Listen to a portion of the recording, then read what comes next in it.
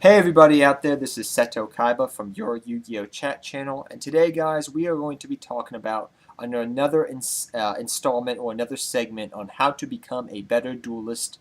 We are going to be talking about should you or should you not take the Max C challenge. Now this was submitted to me by one of my fellow subscribers on one of my other videos for this segment, and please forgive me, I forget your name off the top of my head, but I didn't forget your comment. But a little bit of history on Max C first. Max C actually came out to help stop the spamming of Six Samurais. That is how Max C came about. That's why Max C was originally created, to counterbalance the spamming of Six Samurais back when Storm of Ragnarok came out. Now, as some people may know, and from what history I've learned from Max C is, sometimes it's a good card, sometimes it's not a good card. Depending upon the format, you either main deck this or you side deck this.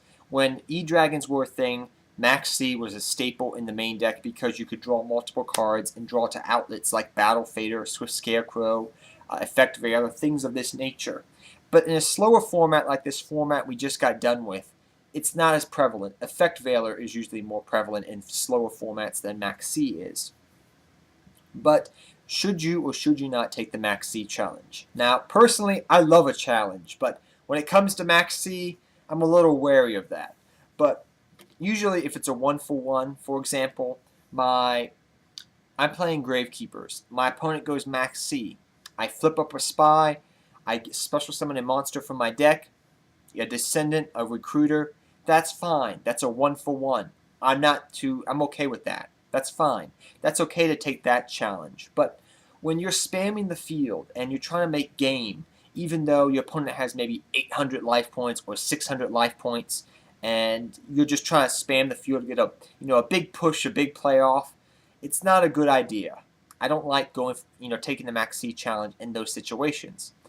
Now you have to keep in mind before I continue that all these things come from personal experience and watching other players take the Max C challenge.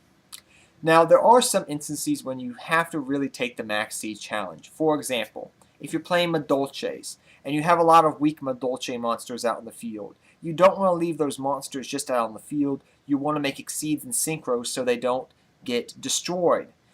In those instances, if you have a lot of weak monsters on the field, that is fine to take the Max C challenge. That's an understandable. That's a tricky situation, and depending upon the situation and what you feel is your gut instinct, that is what you should go with when I come in those situations, especially with like Madolches or very spammy type decks that spam out a lot of monsters that are weak, that you have to make Exceeds and Synchro plays. Should you or should you not take the challenge? And usually I'll take the challenge in that situation.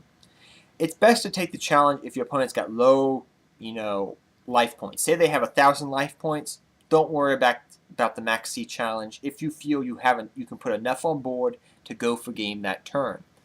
Don't take the challenge though, which I know sounds contradictory, if you've seen things.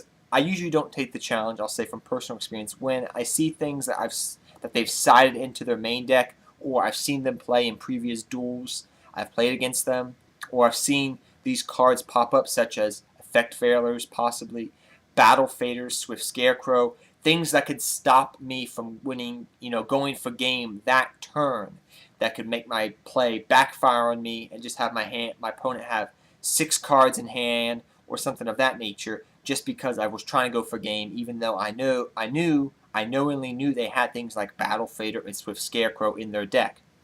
That's when I'm a little bit wary, especially if I've seen my opponent side these cards into their main deck.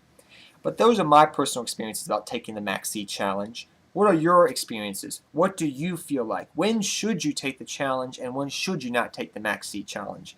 That is what I'm going to ask you guys. When do you feel it's okay to take the Max C challenge, and when do you feel it's not okay to take the Max C challenge? These are just my personal experiences and watching other duelists play.